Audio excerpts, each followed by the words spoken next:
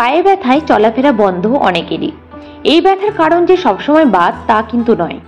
উচ্চ মাত্রায় uric acid জমার ফলে এই সমস্যা হতে পারে, যাকে বিজ্ঞানের ভাষায় বলে হাইপার ইউরেসিমিয়া। আর ইউরিক অ্যাসিড বাড়লে হাড়ের ব্যথা অনিবার্য। তবে কি কি কারণে এই হাইপার ইউরেসিমিয়া হতে পারে, তাহলে চলুন জেনে নেওয়া যাক। যাদের উচ্চ রক্তচাপের সমস্যা রয়েছে, যাদের রক্তে শর্করার মাত্রা বেশি, যাদের ওজন বেশি, থাইরয়েডের সমস্যা আছে, তাদের কিন্তু হাইপার ইউরেসিমিয়া হওয়ার ঝুঁকি অনেকটাই বেড়ে যায়। আর যারা নিয়মিত মদ্যপান করেন তাদের মধ্যেও ইউরিক অ্যাসিডের পরিমাণ বেড়ে যেতে পারে। মূলত হাড় ও কিডনির ওপরই ইউরিক অ্যাসিড বেশি প্রভাব ফেলে। খাওয়া দাওয়ায় একটু হ্রাস টানলেই এই সমস্যা এড়ানো সম্ভব। তবে ইউরিক অ্যাসিড বৃদ্ধির উপসর্গ সম্পর্কে অনেকেরই তেমন কোনো ধারণা নেই। তাহলে চলুন জেনে নেওয়া যাক আপনার শরীরে যে ইউরিক অ্যাসিড বেড়েছে তা কি করে বুঝবেন।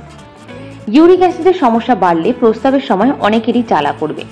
এই জ্বালা অনেক সময় এতটাই বেশি হয় যে মানুষটি প্রস্রাব করতেও ভয় পায়। এর থেকে কিডনিতে পাথরও হতে পারে। এছাড়া প্রস্রাবের দুর্গন্ধ হতে পারে এই রোগের কারণে। তাই আপনার সঙ্গেও এমনটা ঘটলে চিকিৎসকের পরামর্শ নিন। শরীরে ইউরিক অ্যাসিডের মাত্রা বাড়লে পিঠের নিচের দিকে, তলপেটে কিংবা কুঁচকিতেও ব্যথা হতে পারে। তাই এমন উপসর্গ দেখা দিলে সতর্ক হন। শরীরে ইউরিক অ্যাসিড বাড়লে বারবার প্রস্রাব পাওয়ার সম্ভাবনা দেখা দিতে পারে, কারণ কিডনি চায় শরীরে থাকা অতিরিক্ত ইউরিক অ্যাসিড বের করে দিতে।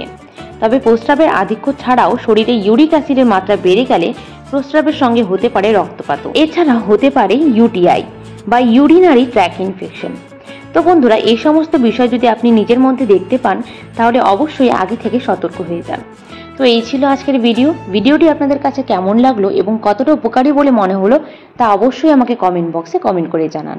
সুস্থ থাকুন, ভালো থাকুন, ধন্যবাদ।